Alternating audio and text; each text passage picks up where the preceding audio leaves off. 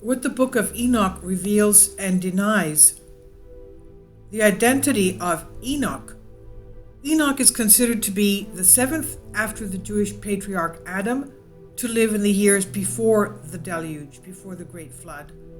Methuselah's father Lamech, grandfather and Noah's grandfather, is considered by Christian tradition to be one of the two prophets, the other being Elijah, who did not die but ascended alive into heaven. It's believed that both will return to earth in the years of the Antichrist, as mentioned in the Revelation of John, and will be the last witnesses of the faith before the second coming, according to Book of Revelation 11:1-12. However, many question the historicity of Enoch's face, acknowledging that it is the collective title of a class of spiritually advanced people who have taught science and the arts to others, as accepted by Elena Blavatsky's theosophical system, and the same circle believes that the names of Prometheus, Orpheus, and the god Thoth or Hermes Trismegistus, the Eridis of the Muslims, and other persons mentioned in mythology are collective. The Book of Enoch. The prophet Enoch is credited with writing a text that contains prophecies about the coming of the Messiah, the end of the world, speaks of the fall of angels, the rebel angels, and gives detailed descriptions of hell and paradise, the movements of the planets as well as weather and much more. So he had scientific and astronomical knowledge as well. Now this book, the teachings of which are believed to have been transmitted through oral tradition, is not included in the books of the Old Testament and is considered an occult text, an apocryphal text, although it may have greatly influenced not only the Pentateuch of the Jews, the first 5 books of the Holy Bible that were written by the prophet Moses, but even the revelation of the Apostle John and the letters of the apostles. The first fathers of the church were strongly influenced by it and praised it, such as Saint Irenaeus, Saint Justin, Saint Clement of Alexandria, Athenagoras, the Apostle Peter, and the Jewish historian Josephus. Kindly support my Patreon account since YouTube has again demonetized my YouTube channel. The daily posts are 5 videos daily, and they are totally different from what I have on my YouTube channel. Thank you so much for your support and that you find all my content so interesting. You'll find the Patreon account details in the description box below.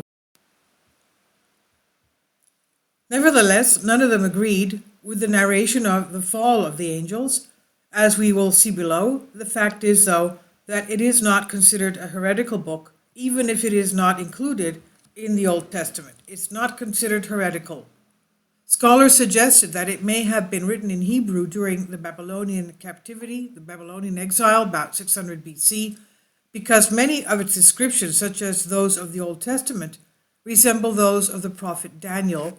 It's certain that it underwent variations in its copies, and while it was well known in early Christian times, its traces disappear on the end of the 8th to the beginning of the 9th century AD.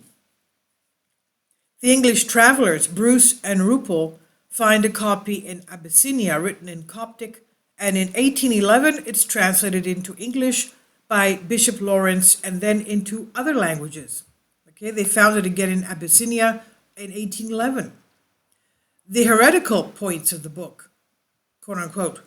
As mentioned, the point that provoked reactions with the narration of the fall of the angels, the Christian tradition holds that an angel, Aphrodite, probably the highest of the angelic order, became, because of his arrogance, not Aphrodite, but we would see Lucifer, made him want to be above God. That's because, as the Christian doctrine says, that's when he found out that God wanted to create man a little below angels, and the head of the angels believed that that man didn't deserve that. That's why he went against God. But anyway, going back to this, because of his arrogance that made him want to be above God, rebelled, and the angels were divided into 2 factions. Those who followed him, and from what doctrine says, about 1/3 of the angelic forces fell with him, and to those who responded to the call of the Archangel Michael, saying, "Let us stand well, let us stand in fear of God." So the head of the angelic realm now is, of course, the protector of Israel, Archangel Michael. Now the first, together with their leader, meaning Lucifer, fell forever from the hierarchy of light and turned into the dark demons who have been plotting against the divine work ever since. Many traditions have been created on this view by the Orthodox and Roman Catholic churches. The book of Enoch, however, takes a different view, so let's see what that says. Quote, "And it came to pass that when the sons of men were multiplied in those days, they were born beautiful and good daughters, and they saw the angels, the sons of heaven, and spake unto one another, Let us choose ourselves as women from men, and give birth to children ourselves. And Simaiza said unto them, They are their leaders. I'm afraid you will not want to do this thing, and I am the only debtor of a great sin. Everyone responded, Let us take an oath and curse each other. Do not abhor this idiot until we do it and sing this thing. They then all shrugged their shoulders and cursed each other in it." End quote.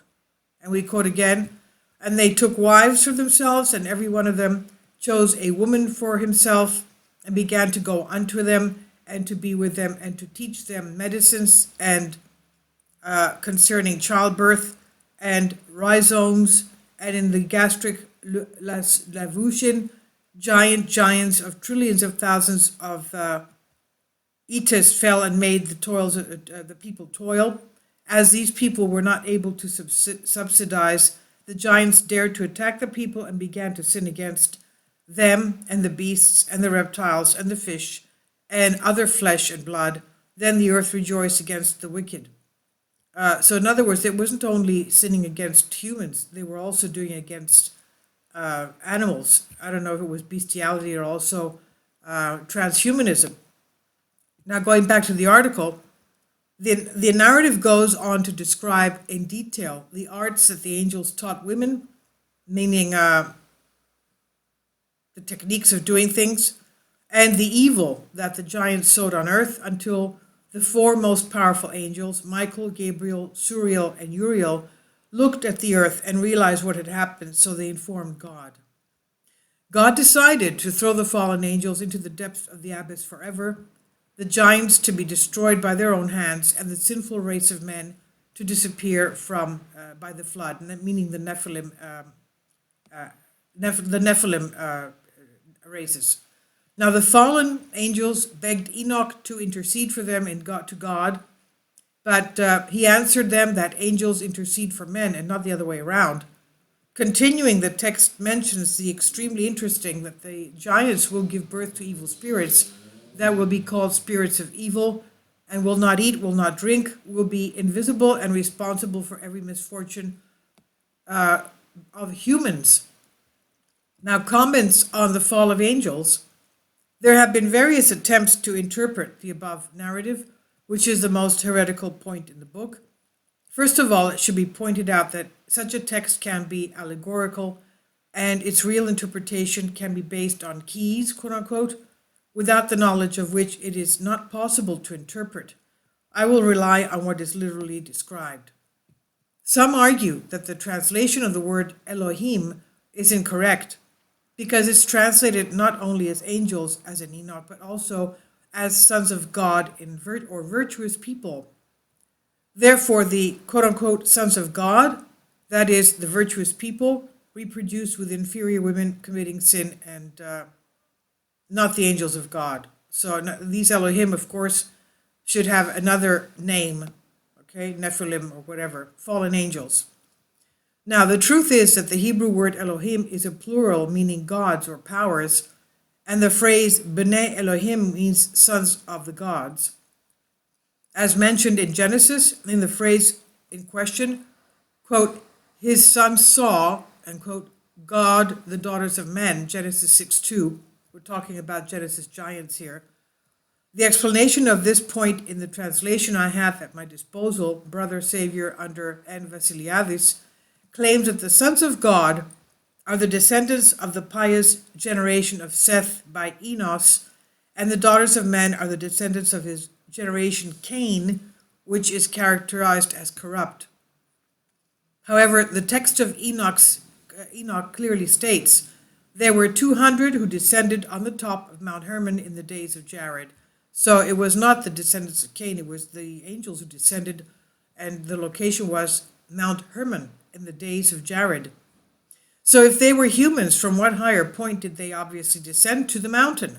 To get down somewhere, one has to be higher, and what is higher than a mountain? So this, together with the interpretation based on the sons of God as descendants of Seth, brings to mind the occult false book of Adam and Eve, which states that the protoplasts expelled from paradise lived on top of a very high mountain, and then at the time of Abel's assassination, Cain's descendants lived at the foot of the mountain, and the pious at the top were forbidden to descend and associate with their meager relatives at the foot of the mountain.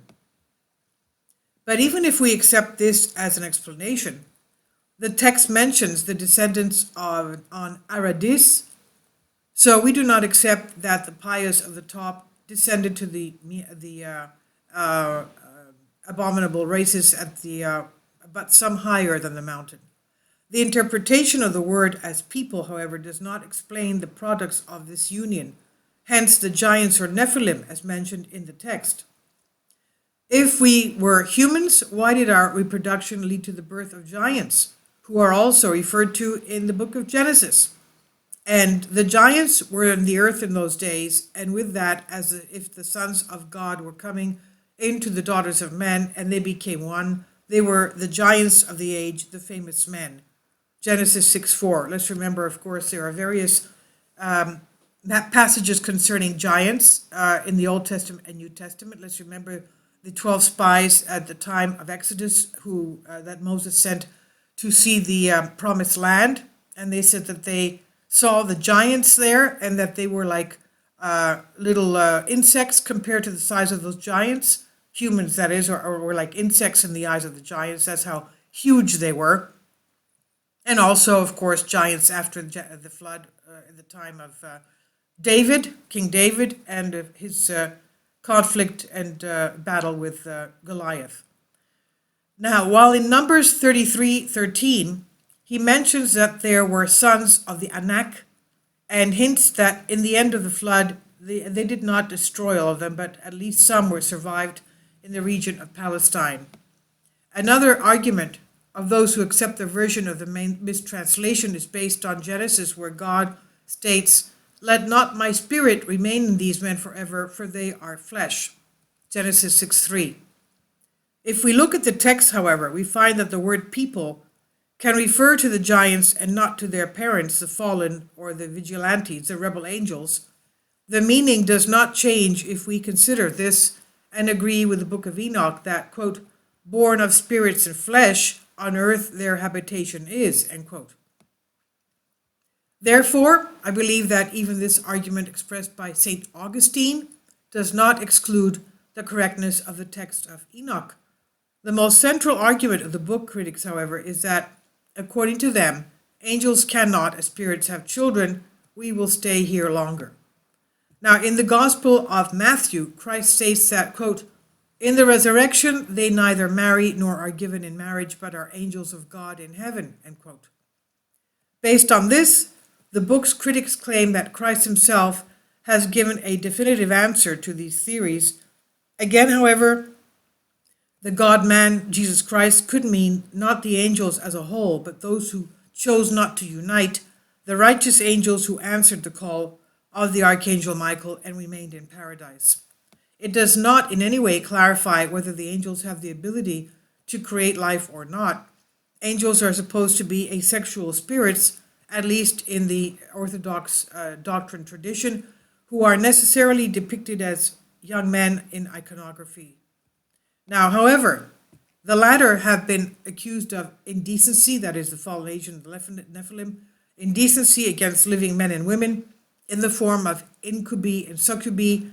I do not know if a case of childbearing has been reported, but there are many cases of sexual intercourse. The Inquisition accuses witches of indecent acts with demons.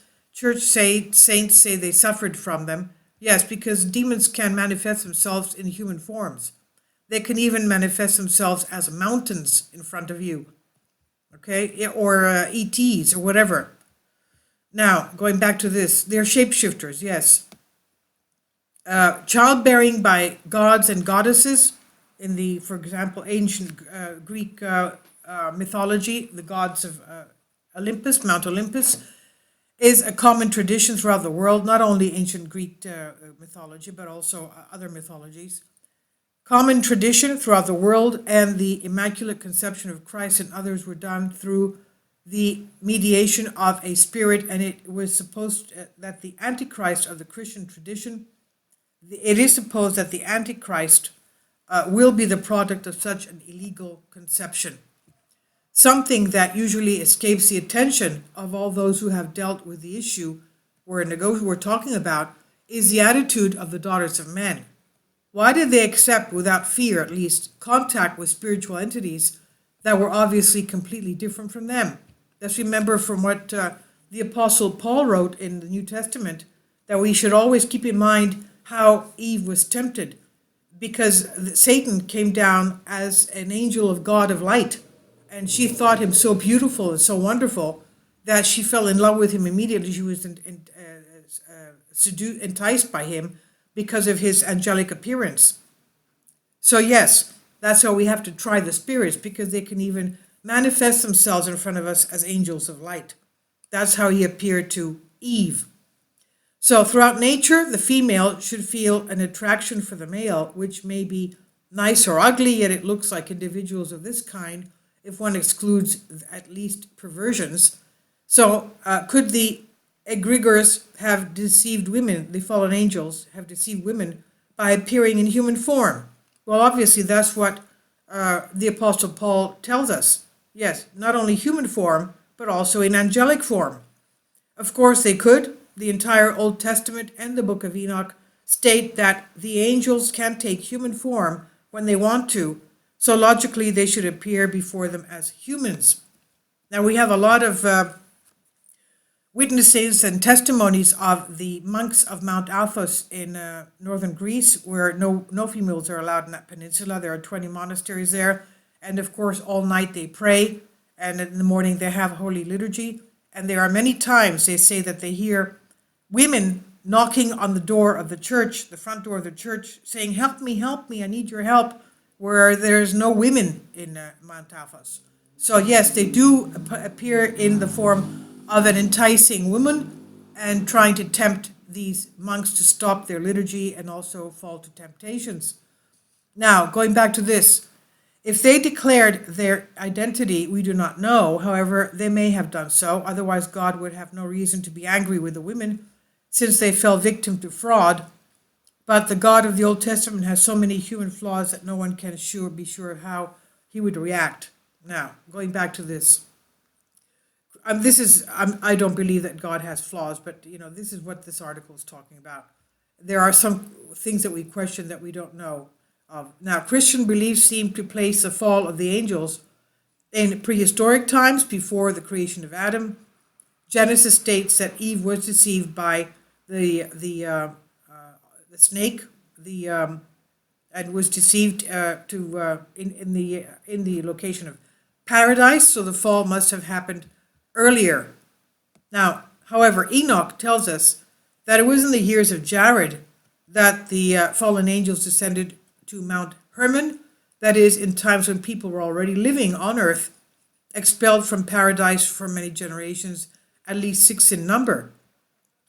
And if indeed the apple symbolizes the knowledge that a spirit should never reveal to humans, then one might assume that the author of Genesis had in mind the story of Enoch, although he or some others took care to censor and cover it behind symbolism.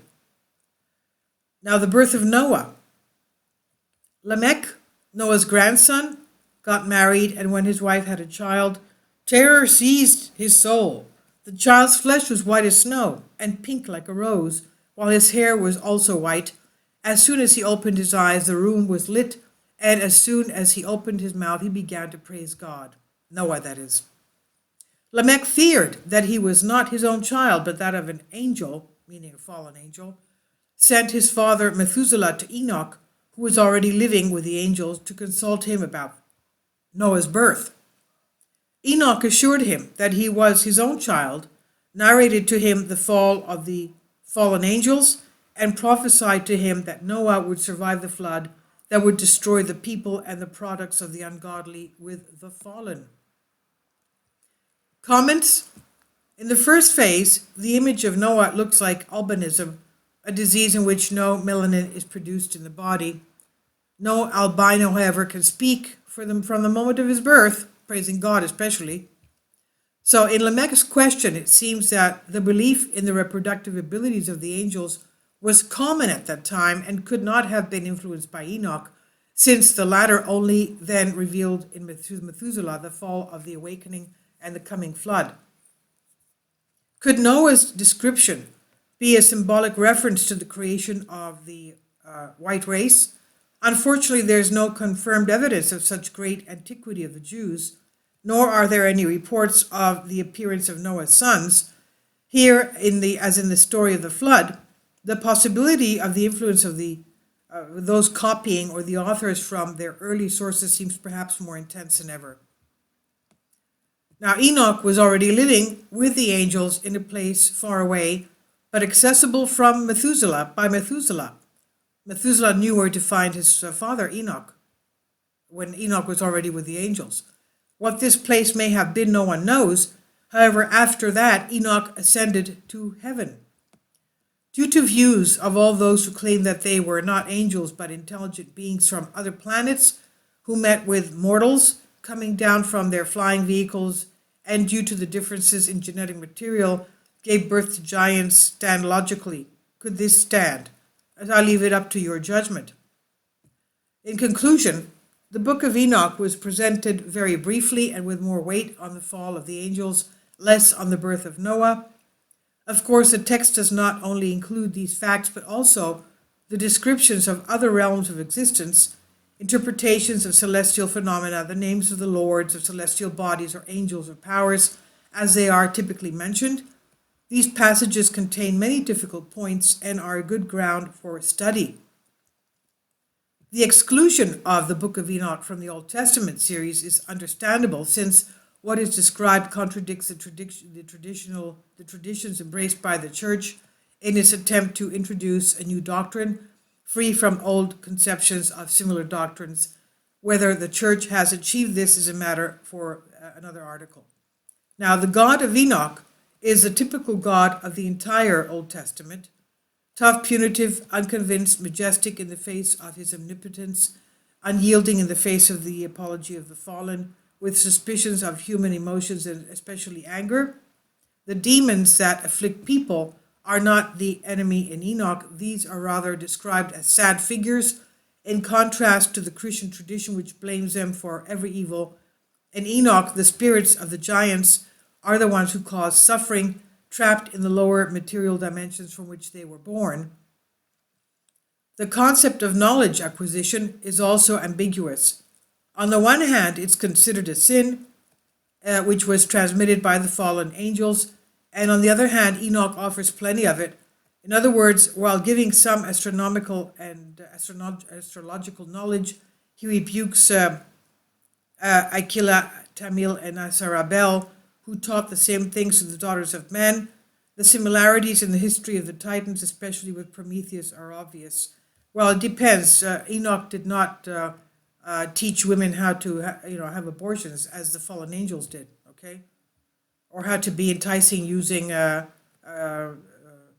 makeup and body paints and jewelry and things like that.